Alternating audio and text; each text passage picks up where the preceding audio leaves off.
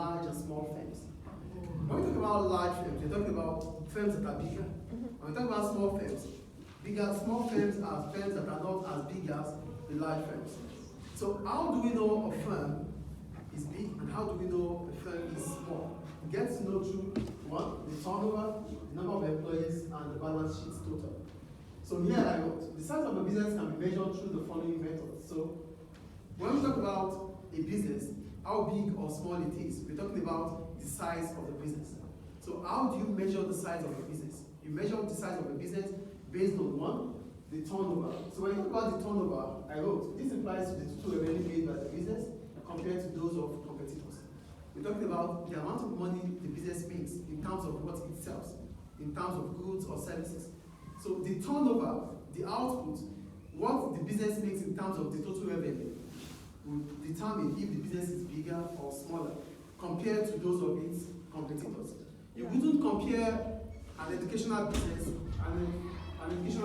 with an health sector business. They are different. So when you are comparing the size of a business, you have to compare it with what? Businesses that are doing the same thing. I think that's clear.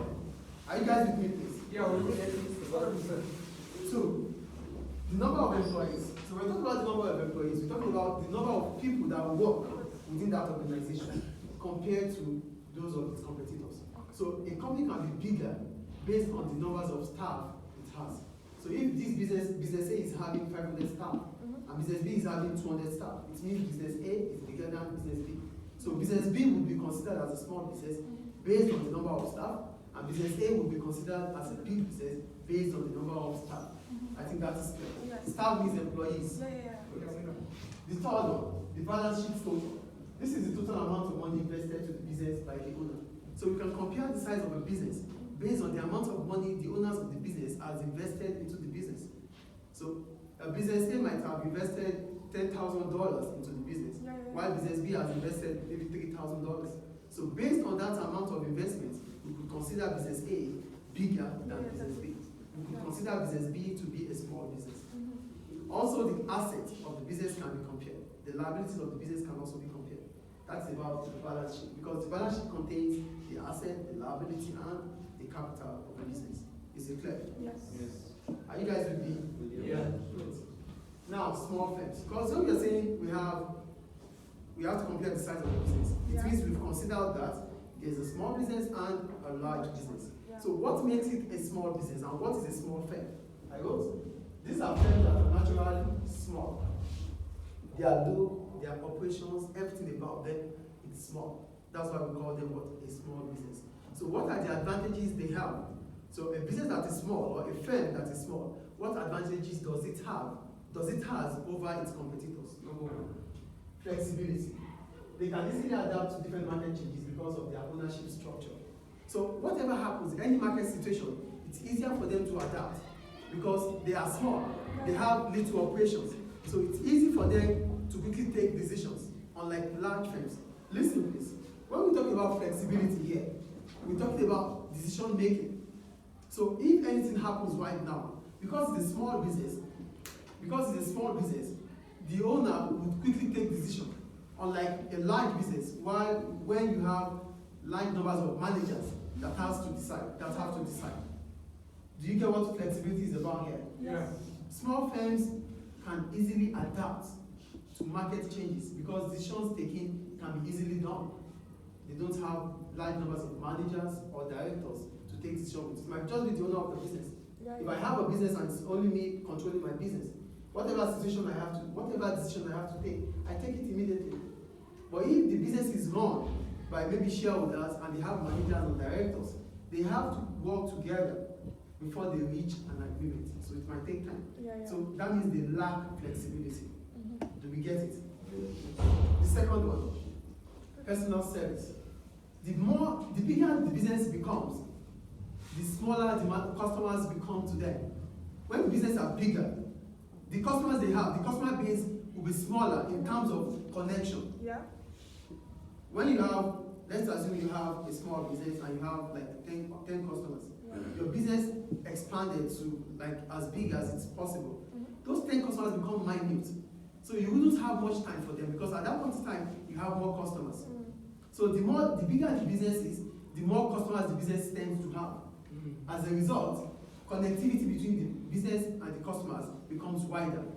Listen, as the business grows, the customer base in terms of connectivity becomes less. Because at that point in time, the business will have more customers than what it used to have. So for a small business, this becomes an advantage because for a small business, you are able to deal with your customers individually. You know your customers know you because it's a small business. But a large business, you might not even see the owners of the business. Yeah. Do you understand? So that's an advantage. So there's connectivity between owners of the business and customers when it comes to a small business. So they could render personal service. And if this is done, they would be able to retain their customers because their customers will see themselves as valuable and respected by the business. The business, they will see that, they will feel the business is treating them well because they are able to say their mind, they are able to reach out to their business, the business, whenever they need to. Do we get what we're talking about here? A small business can easily contact customers. Yeah. Why? Because they are small. They know the customers know them. The third one, lower wage cost. It's a small business. You won't expect them to have individuals that are higher earners. So they pay workers that they have are workers that will be able to accept low wages. As a result, their wage cost will fall. Do we get it? Yes. Do you understand this? Yes. The fourth one, better communication. Communication, coordination, connection. Here, that's the problem about big businesses. A small business with maybe just 5 workers, you can easily communicate with them. But when the business becomes bigger, you have more workers, it becomes difficult to connect with them, to communicate with them. So small businesses have better communication than large businesses. So communication is more effective with small businesses than large businesses. Is it clear? Yeah. So the last one here, innovation. Though innovation is about coming up with new ideas, new developments, though small businesses might not have that financial capability to spend on research and development. But they could take some little risk that large businesses might not be able to take. Do you get the point? Yes. They might take some little risk, like whatever happens, nobody cares. It's off. Large businesses might not want to do that because it might dent their image or reputation. Do you get the point here? Small businesses might be able to take risks that large businesses might not be able to take because they are small. So whatever happens to them, people might not be putting an eye on them. Unlike large businesses, whatever mistake they make, it becomes talk of the town. It trends. It goes viral. Do we understand? Yes.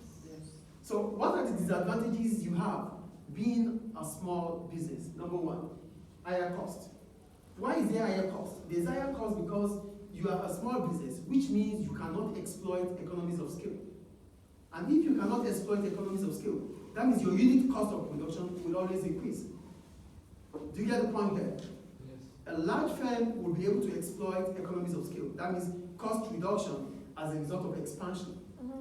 Smaller firms would not be able to enjoy those things because they don't buy in large quantity. Do you understand? Yeah. Let's talk about purchases economies of scale, which means when you buy in large quantities, you have discounts. But for small firms, they would not. Do we get the point? Yes. Small firms would not be able to enjoy economies of scale. Why? Because they buy less, they buy little quantity. So there won't be discount for them. Is it clear?